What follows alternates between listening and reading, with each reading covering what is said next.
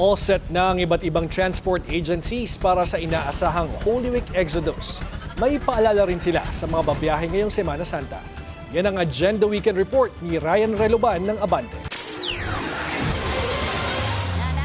Hindi nakaligtas sa pagtaas ng presyo ng mga bilihin ang palaspas na on the spotlight bukas sa simula ng Holy Week. Sa Baclaran Church, naghahanda na ang mga nagtitinda ng palaspas. Isa sa kanila si Nanay Juliet Brusela na mahigit 20 taon na ito ang hanap buhay. Sa bisperas ng araw ng palaspas, binibenta nila ang palaspas ng 50 pesos. Pero bukas, posibleng tumaas ito ng 70 pesos kada piraso. Paliwanag ni Nanay Juliet, nakaapekto rin kasi ang gasto sa pagbiyahe at pagkuha ng mga paninda na inaangkat pa nila galing sa Bicol. Kasi yung pamasahe namin, door to door, dati 1.5, ngayon naging 1.7.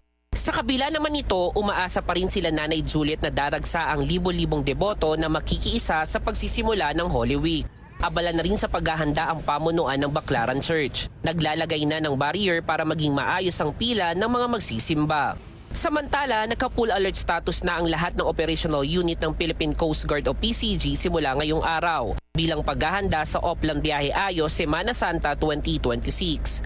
Ayon kay PCG spokesperson Commodore Noemi Cayabyab, magtatagal ang alert status hanggang April 5. Nakadeploy niya ang 17,000 na PCG personnel sa iba't ibang pantalan at beach resort sa bansa upang maitaguyod ang kaligtasan at seguridad sa kasagsagan ng mahal na araw. Katulong ng PCG sa pagbibigay ng serbisyo ang Department of Transportation o DOTR, Maritime Industry Authority o Marina at Philippine Ports Authority o PPA sa pamamagitan ng malasakit help desk na matatagpuan sa mga pantalan.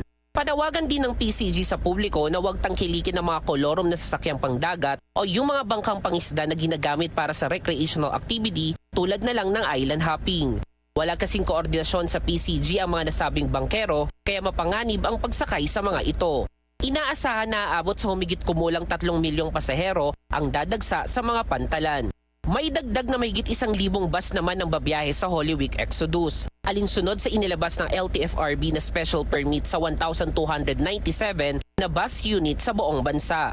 Ayon kay LTFRB Chairman Attorney Vigor Mendoza, ginawa ito ng ahensya para matiyak na may sapat na units ng mga PUB para sa mga commuter na uuwi sa probinsya sa mahabang bakasyon.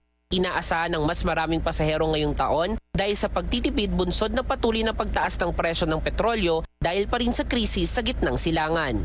Tigil operasyon naman ang MRT3 sa Holy Week para sa kanilang annual Holy Week maintenance work.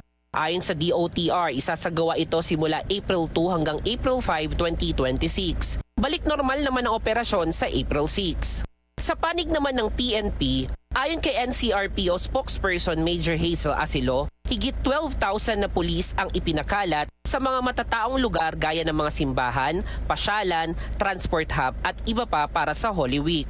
So yung ating places of worship na nasa 329 all over Metro Manila. So ito yung isa sa mga babantayan natin. Patuloy din ang paalala ng PNP sa publiko na maging mapagbatsyag at tumulong para mapanatili ang kayusan at kaligtasan sa kanilang komunidad.